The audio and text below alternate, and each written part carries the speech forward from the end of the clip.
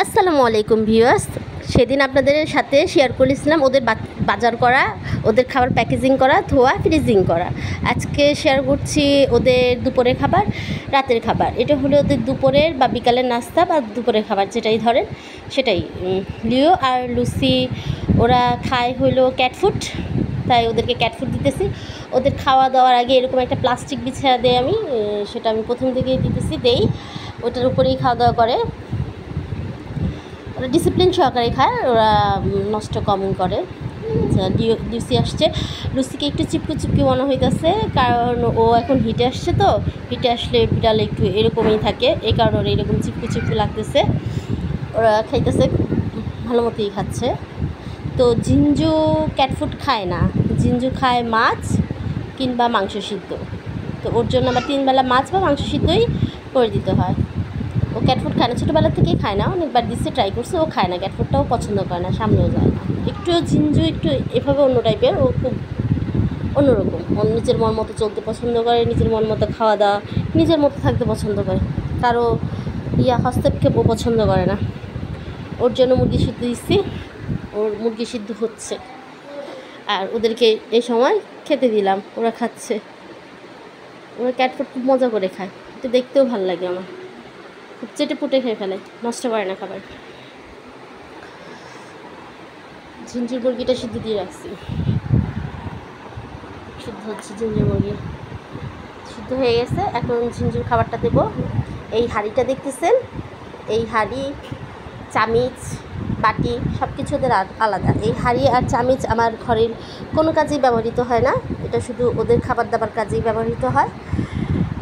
ঝিঞ্জুর খাবার দিলাম, ঝিঞ্জুর খাবার বারান্দাতে দিলাম, ঝিঞ্জুর খাবার বারান্দাতে দিই, তারপর থাইটা বন্ধ করে দিই। এটার কারণ হচ্ছে ঝিঞ্জু খাবার নিয়ে অনেক লাফালাফি করে, পুরা বাসায় ছড়ায়। ওকে যদি বারান্দা খোলা খাবার দেই, এই খাবার নিয়ে এমন কোনো জায়গা নয় যে খাবার নিয়ে লাফাইতে লাফাইতে যাইব না।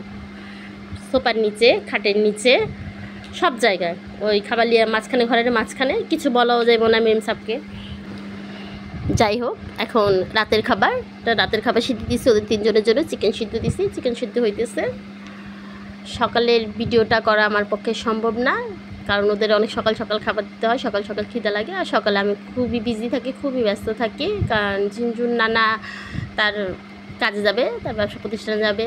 ওর মা, ঝিঞ্জুর মা মানে আমার মেয়ে, ঝিঞ্জুর মা, ঝিঞ্জু আমি তো নানি, ঝিঞ্জুর মামা, ওদের স্কুল আছে, লেখাপড়া আছে। যাই হোক, আর পিচ্ছি একটা আছে, অনেক সকালে অনেক ঝামেলা থাকে, এই কারণে আমি সকালে ভিডিওটা করতে পারবো না, এর জন্য রাতের খাবারটা ভিডিও করতেছি। রাতের খাবার, সকালের খাবার সেম প্রসেসই দেওয়া হয়। যে প্লাস্টিকটা বিছিয়ে দিলাম, যেটা সবসময় দিই আমি, হয়ে দিলাম। তারপর ওদের খাবার দিতেছি। লুসি আর লিওর খাবারটা এই পাশে দিই, আর বরাবরের মতো ওদের খাবারটা এখানেই দিই। আর ঝিঞ্জুর খাবারটা যেখানে দিই বারান্দায়, ভালো ভদ্রমহিলা, উনি তো আবার অনেক ভদ্রমহিলা, এর জন্য ওনারটা আলাদা স্পেশাল হয়ে দিতে হয়, সবার সাথে ওনার চলে না। যে বারান্দায় দিতেছে ওর খাবারটা, তারপর বারান্দার দরজাটা, থাইটা বন্ধ করে দেবো, খাওয়া শেষ হলে তারপর খুলে দেবো।